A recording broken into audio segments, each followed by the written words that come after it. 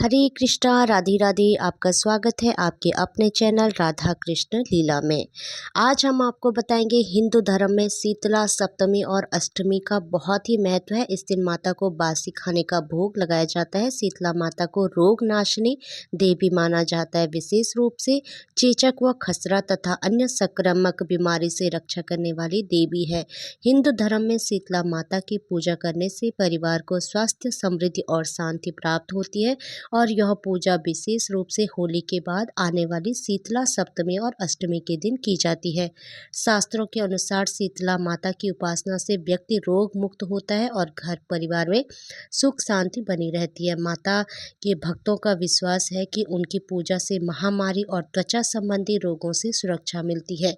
अब आइए श्रवण करते हैं शीतला माता की कथा। बोलिए श्री शीतला माता की जय। एक गांव में एक ब्राह्मण दंपति रहा करते थे। दंपति के 2 बेटे थे, बहुएं थी। दोनों बहुओं को लंबे समय के बाद बेटे हुए थे। इतने में शीतला अष्टमी का व्रत आया और घर में पर्व के अनुसार ठंडा भोजन तैयार किया गया। दोनों बहुओं के मन में विचार आया कि यदि हम ठंडा भोजन कर लेंगे तो बीमार हो जाएंगे और हमारे पुत्र भी अभी छोटे हैं। कुछ विचार करने के बाद दोनों बहुओं ने पशुओं के दाने तैयार करने के बर्तन में गुपचुप 2 बाटी तैयार कर ली। सास बहू शीतला माता की पूजा करके आई और शीतला माता की कथा सुनी। बाद में सास तो शीतला माता के भजन करने के लिए बैठ गई, लेकिन दोनों बहुएं बच्चे रोने का बहाना बनाकर घर आई और दाने के बर्तन से गरम गरम रोटला निकाली, चूरमा किया और पेट भर खा लिया। सास ने घर आने पर बहुओं से भोजन करने के लिए कहा। बहुएं ठंडा भोजन करने का दिखावा करके घर के काम में लग गई।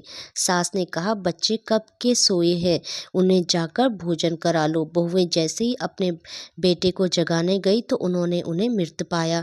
ऐसा बहुओं के करतूतों के फलस्वरूप शीतला माता के प्रकोप से हुआ था। बहुएं विवश हो गई और सास से सब कुछ बताया। सास ने घटना जानी तो बहुओं से लड़ने लगी। सास बोली, तुम दोनों ने अपने बेटों की बदौलत शीतला माता की अवहेलना की है, इसलिए अपने घर से निकल जाओ और बेटों को जिंदा स्वस्थ लेकर ही घर में पैर रखना। अपने मरे हुए बेटों को टोकरी में सुलाकर दोनों बहुएं घर से निकल पड़ी। जाते जाते रास्ते में एक वृक्ष आया। यह खेजड़ी का वृक्ष था। इसके नीचे ओरी शीतला दोनों बहनें बैठी थी। दोनों की बालों में जुएं रेंग रही थी। बहुओं ने थकान का अनुभव भी किया था। दोनों बहुएं ओरी और शीतला के पास जाकर बैठ गई। उन दोनों ने शीतला और ओरी के बालों से खूब सारी जुएं निकाली। जुओं का नाश होने से ओरी और शीतला ने अपने मस्तक में शीतलता का अनुभव किया और कहा, तुम दोनों ने हमारे मस्तक को शीतल ठंडा किया है, वैसे ही तुम्हारे पेट की शांति मिले। दोनों बहुएं एक साथ बोली, पेट का दिया हुआ ही लेकर हम मारी मारी भटक रही हैं, परंतु शीतला माता के दर्शन नहीं हुए। शीतला माता ने कहा, तुम दोनों पापनी हो, दुष्टा हो, दुराचारी हो, तुम्हारा तो मुंह देखने भी योग्य नहीं है। शीतला अष्टमी के दिन ठंडा भोजन करने के बदले तुम दोनों ने गर्म भोजन किया था। यह सुनते ही बहुओं ने शीतला माता जी को पहचान लिया। देवरानी जेठानी ने दोनों माताओं का वंदन किया। गिड़गिड़ाते हुए कहने लगी कि हम तो भोली भाली हैं, अनजाने में गर्मा गर्म खा लिया था।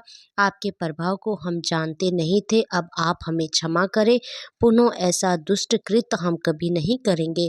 उनके पश्चाताप भरे वचनों को सुनकर दोनों माताएं प्रसन्न हुई। शीतला माता ने मृतक बालकों को जीवित कर दिया।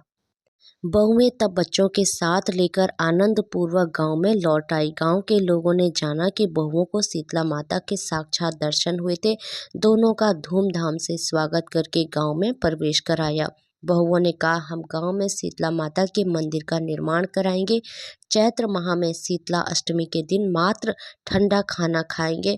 शीतला माता ने बहुओं पर जैसे अपनी दृष्टि की वैसी कृपा दृष्टि सब पर करना। श्री शीतला माता सदा हमें शांति, शीतलता तथा आरोग्य दे। शीतले तुम जगत माता, शीतले तुम जगत पिता, शीतले तुम जगत धात्री, शीतलाय नमो नमः। हरे कृष्णा राधे राधे। भगवान श्री कृष्ण और राधा रानी की कृपा आप सभी भक्तों पर हमेशा बनी रही। जय श्री राधे।